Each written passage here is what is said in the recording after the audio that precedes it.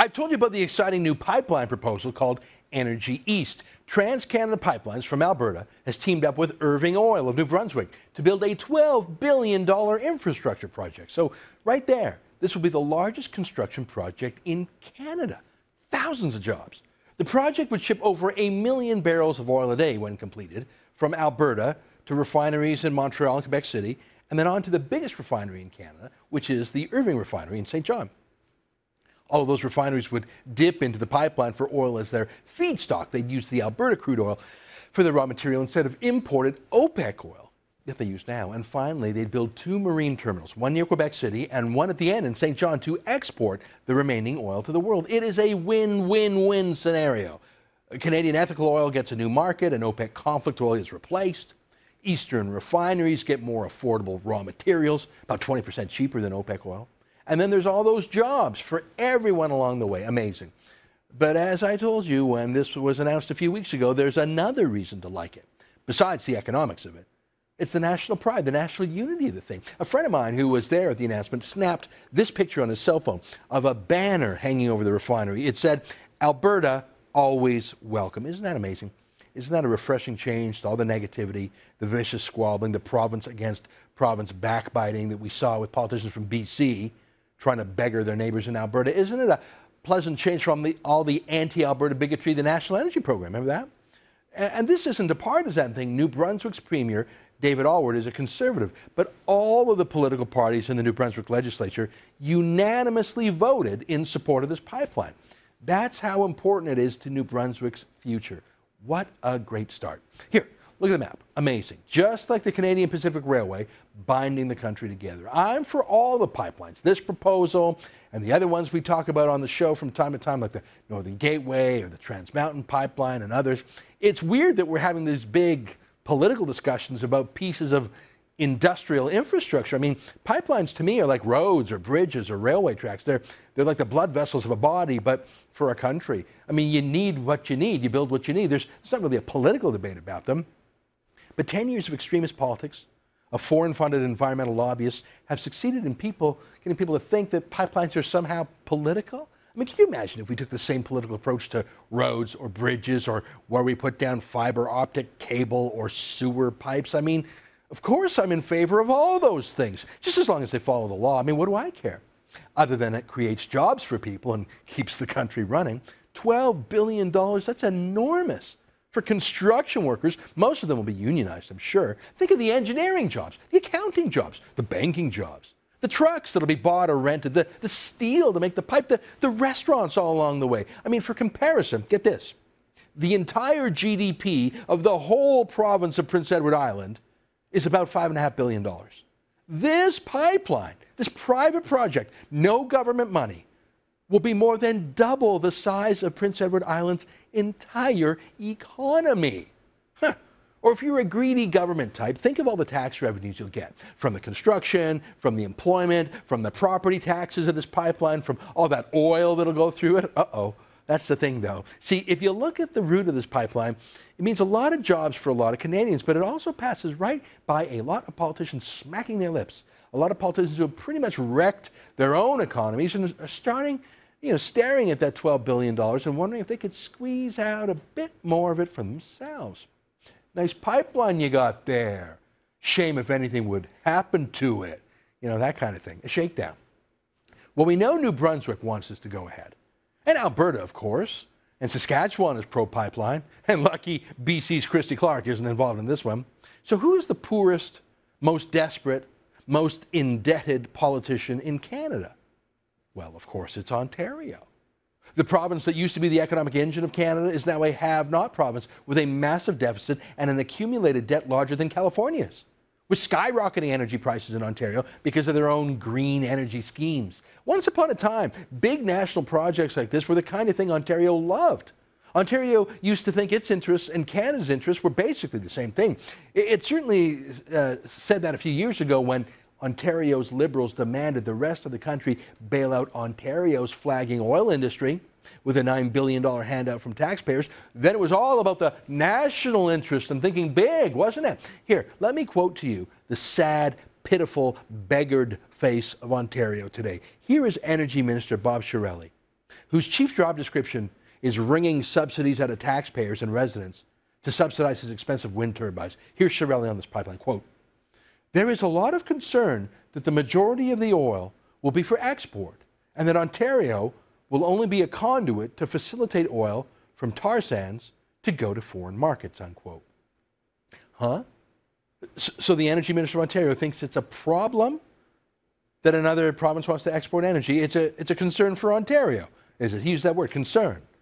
Now, the weird thing about that is that Ontario loves to export things. It's how they got rich. Well, that's why we bailed out their auto industry too, isn't it? To subsidize their overpriced auto workers to keep selling cars to the U.S. that American consumers keep buying fewer and fewer of. Can you imagine when Ontario asked for our national bailout, if Albertans would have said, well, we're concerned that those Canadian cars will go to foreign markets? That's crazy. The difference is, of course, this pipeline isn't even asking Ontarians for bailout. It's actually promising Ontarians a lot of jobs and a lot of money. It's even funnier in that Ontario regularly exports energy itself. You know, from time to time, I show you this website of Ontario's wind turbines. There's about 1,500 megawatts of wind turbines in Ontario, but they typically operate at only a couple hundred megawatts of capacity. That is, 80% of Ontario's wind turbines just don't work at any given moment. I've seen it as high as 98% not working. But when the wind suddenly picks up and the number of working wind turbines grows, I've never seen it higher than 30% efficiency, by the way, the province can't just shut down its other power sources like that. So it dumps that expensive wind power to the United States at a loss.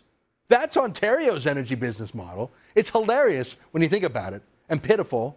But my point today is that Ontario exports its energy too. They just seem to have a concern about Alberta wanting to do so, for profit. And I know that Chiarelli, the ignoramus, calls it tar sands, not oil sands. See, he's super smart, but not quite smart enough to know that there is no tar in the oil sands. You can call it bitumen if you like. It's oil and water and sand and clay. It's the sand part is why we call it the oil sands. And of course, the impurities are taken out of it before it's put in a pipe. But Chiarelli uses the term of anti-oil sands lobbyists, tar sands, because it sounds dirtier, doesn't it? Imagine if we started talking about Ontario industries in a disparaging way like that. Imagine if we started objecting to where Ontarians exported their products and services to. Ontario, by the way, regularly shuts down environmental reviews on its stuff. Chiarelli knows that. He does that a lot himself. Under his tenure, wind turbines have been legally exempted from the Endangered Species Act. Seriously, Ontario wind turbines can now kill any endangered animal with impunity. That's Chiarelli standards. There's another Ontario infrastructure project, the one to build a huge new bridge between Windsor and Detroit. Hey, great idea. I'm pro-bridge. Did you know that enormous new bridge project, paid for with tax dollars, of course, will be exempt from environmental review? Seriously, it's just exempt. I mean, not like there's any water or marine life that you have to worry about. It's just exempt. See, there's one set of rules for Ontario and one set of rules for everyone else. Now, most Ontarians are not this way. They don't believe in beggaring and begrudging their neighbors. They don't believe in pulling up the drawbridge either between provinces or to stop other Canadian provinces from exporting. That's a politician thing to do, a desperate politician thing to do, a Bob Chiarelli and Liberal Party thing to do. They're desperate. Now, I'm mad about this because I see this as an anti-Alberta bigotry, an anti-industry bigotry, and plain old jealousy from the worst managed province in Canada, the Liberal Party of Ontario. But it's not actually about me or Alberta. It's actually about Ontario Liberals trying to keep New Brunswick down, don't you think? I mean, even with its pipeline problems, Alberta's actually doing great economically. Its GDP is huge, way bigger than Ontario's per capita. Alberta's taxes are lower than Ontario's. Alberta's standard of living is higher than Ontario's. I mean, Ontario might want to pilfer a little bit of Alberta's money, but it's just biting Alberta's economic ankles. You can thank the Liberals for that. It's dumb. I mean, why not sign on to a $12 billion project and try to get great jobs and contracts out of it? But that's not the real enemy of Chiarelli. His real target is New Brunswick. For a century, Ontario ruled the roost, and it gave little handouts to the Atlantic provinces like a kind master. But that's changed now, hasn't it? Ontario is the economic basket case now, and Chiarelli is a big part of that with his wind turbine policies of high prices giving Ontarians fuel poverty. New Brunswick wants to make a go of it. They want to retool their economy. Not by building stupid solar panels or other kooky ideas, but by refining oil and exporting it, something the world actually wants and would pay for. Ontario doesn't like that, apparently. New Brunswick wants to be a have province. Ontario doesn't like that. New Brunswick wants to have a great exporting industry, shipping oil to the world, maybe to Europe, maybe to Asia, who knows, maybe down to America. Ontario is concerned about that. They want to keep the pecking order. If, God forbid, Ontario's stupid, dying, rotting Liberal government manages to scupper this Energy East pipeline, look, Alberta's going to be fine. It'll probably keep shipping oil by railway car. But New Brunswick will not be fine. And look at what Chiarelli was most concerned about, the export facility. Well, that's planned for St. John. That's the part of the project the Ontario Liberals hate the most. I don't want to overreact. It's just a foolish comment by an ignoramus. I don't think it was thought out. He's not the premier, thank God.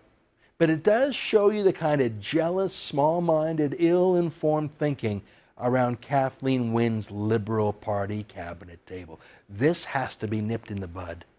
Premier David Alward of New Brunswick has to pick up the phone and call Kathleen Wynne and tell her that when she shoots at the Energy East pipeline, she's not bravely smearing Alberta as usual.